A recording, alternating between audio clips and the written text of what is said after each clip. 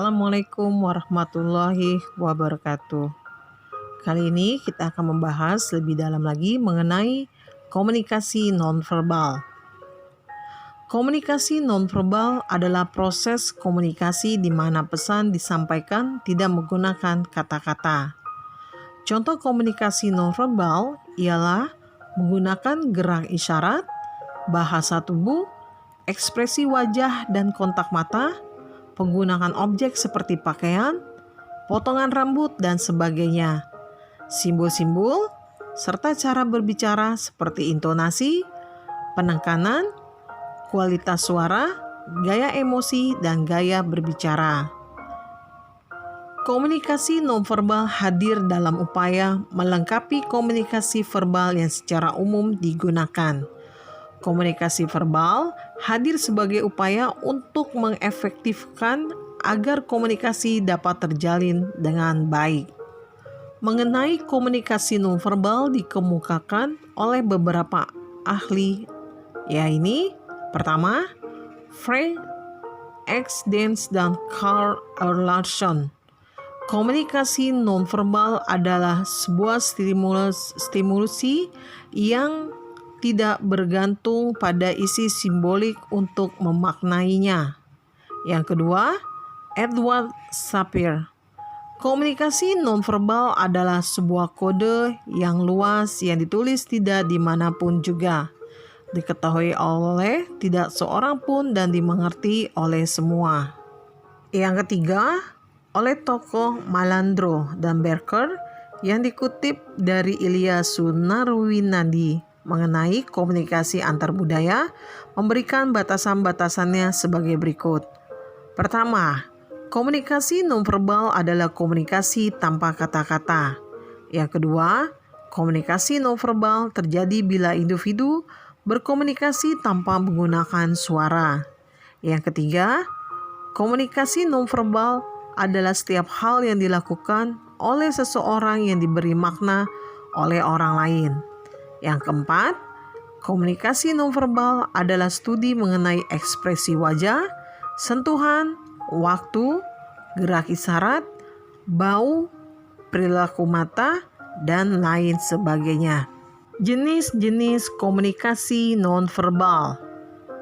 Kesatu, ekspresi wajah. Ekspresi wajah merupakan jenis komunikasi nonverbal yang paling umum digunakan. Contohnya, satu senyuman atau ekspresi cemberut saja sudah dapat memberikan informasi yang cukup dari lawan bicara. Yang kedua, dari jenis komunikasi nonverbal adalah tatapan mata. Tatapan mata berperan besar dalam komunikasi nonverbal.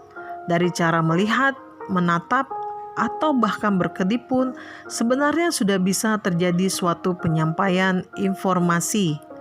Misalnya, ketika seseorang menyukai, maka frekuensi berkedip atau meningkat dan ukuran pupil mata akan membesar. Contoh yang lain, dari melihat seseorang bisa diketahui perasaan seperti benci atau mencintai. Yang ketiga, gestur.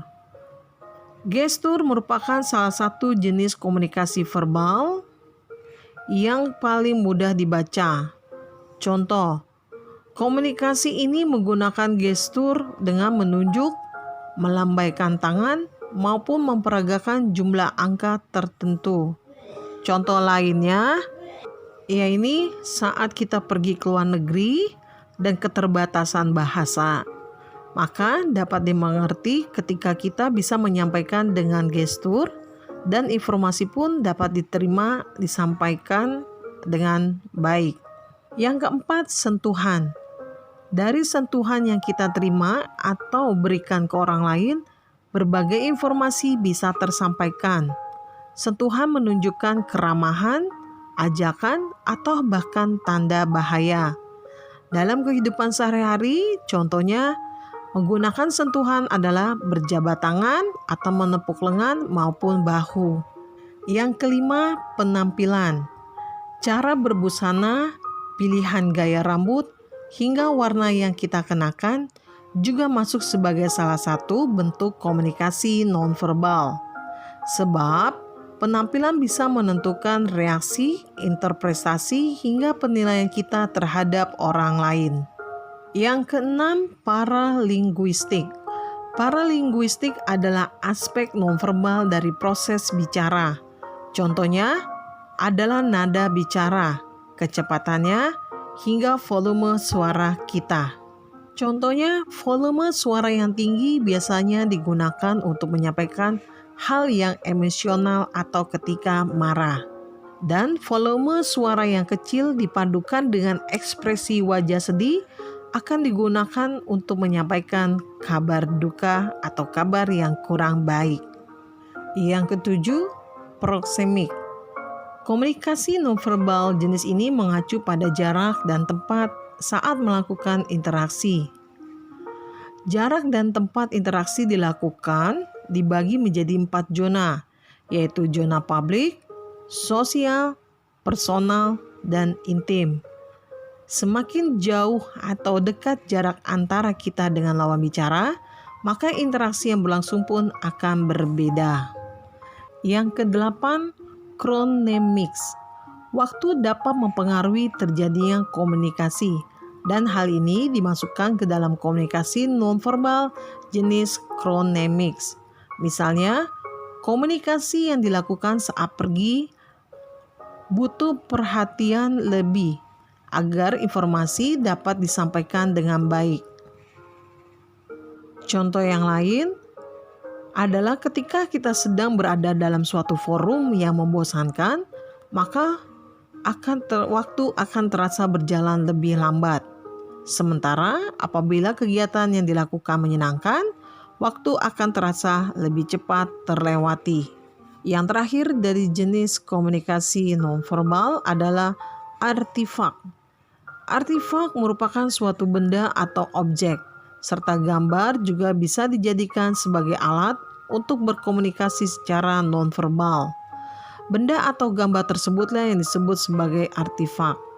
Contoh, ketika Anda memasang foto profil atau mengunggah gambar tertentu di sosial media, foto tersebut telah memberikan informasi kepada yang melihatnya mengenai siapa Anda dan hal-hal yang Anda sukai. Contoh lainnya adalah seragam. Saat seseorang menggunakan seragam polisi, tentara, atau dokter, kita bisa dengan mudah mengetahui pekerjaan orang tersebut. Penyampaian informasi ini juga sudah masuk sebagai suatu bentuk komunikasi nonverbal. Yang dapat kita ambil kesimpulan dari komunikasi nonverbal adalah bagian yang sangat kompleks namun integral dari keseluruhan keterampilan komunikasi. Namun, orang sering sama sekali tidak menyadari perilaku nonverbal mereka. Kesadaran dasar tentang strategi komunikasi nonverbal melebihi dan di atas apa yang sebenarnya dikatakan, dapat membantu meningkatkan interaksi dengan orang lain. Pengetahuan tentang tanda-tanda ini dapat digunakan untuk mendorong orang berbicara tentang keprihatinan mereka dan dapat mengarah pada pemahaman bersama yang lebih besar, yang pada akhirnya adalah tujuan komunikasi. Demikianlah penjelasan mengenai komunikasi nonverbal.